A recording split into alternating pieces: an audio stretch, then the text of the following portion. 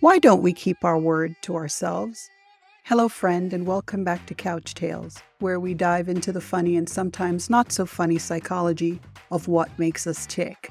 I'm your host, Analia, and today we're tackling something we're all guilty of. Why don't we keep our word to ourselves? Picture this. It's Sunday evening, you're feeling motivated, inspired, ready to conquer the week ahead. You solemnly swear to your reflection in the bathroom mirror, tomorrow morning I will wake up at 5 a.m. to exercise. You set your alarm, lay out your workout clothes, and you go to bed feeling virtuous and committed. Fast forward to 5 a.m. Monday, your alarm goes off and you hit snooze faster than a cat runs from a cucumber. I'll definitely go tomorrow, you mumble as you pull the blanket over your head. But here's the weird thing. If you had promised a friend you'd meet them at 5 a.m., you would have dragged yourself out of bed. So why is it so easy to break promises we make to ourselves? I learned this lesson the hard way last month when I promised myself I'd finish writing this podcast episode 3 weeks early. Future Anna will be so grateful, I thought. Then future Anna became present Anna, who decided that watching 17 straight episodes of a baking show was clearly more important than keeping my promise to past Anna. Let me tell you about my friend Jake.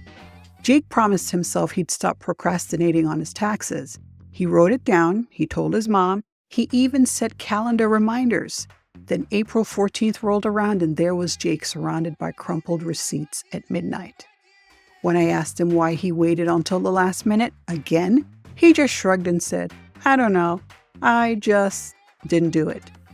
So what's happening in our brains when we so easily abandon our self-commitments? From an evolutionary standpoint, our brains were designed for immediate threats and rewards, not long-term planning. Our cave-dwelling ancestors weren't setting quarterly goals or making New Year's resolutions.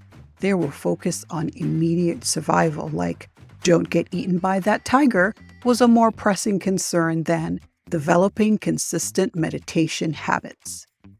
The father of psychoanalysis might suggest that we have an internal battle between our primitive desires, what he called the id, and our rational self, the ego.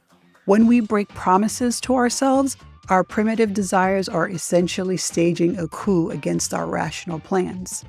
Modern thinkers, however, have identified something called temporal discounting, where we value immediate rewards more highly than future ones. That 15 extra minutes of sleep right now feels more valuable than the benefit of a workout that you'll only experience later.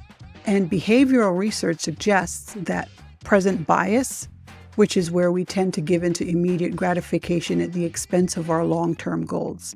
It's why we eat the cookie when we've promised ourselves we'd eat healthier, or why we scroll social media when we've committed to reading more books. There's also fascinating research suggesting that we actually view our future selves as different people. UCLA researchers found that when people think about their future selves, the brain activates in a way similar to when they think about strangers. No wonder it's easy to break promises to this stranger who will deal with the consequences later. When you promise something to someone else, there are social consequences for breaking that promise.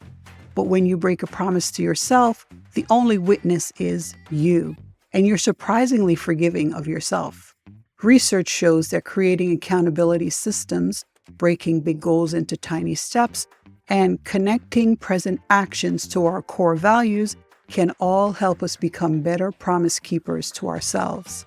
Some psychologists recommend treating yourself like a good friend. Would you accept the excuses you make to yourself if a friend made them? Would you speak to a friend the way you speak to yourself when you break a self-promise? And by the way, I have an episode that's called Why Negative Self-Talk and How to Fix It. Next time you make a promise to yourself, try imagining you're making that promise to someone you deeply respect. Your future self deserves the same level of commitment. And that's it for today's episode of Couch Tales, Why We Do What We Do. I'm your host, Analia. Until next time, friend, stay curious, stay kind, and maybe keep just one tiny promise to yourself today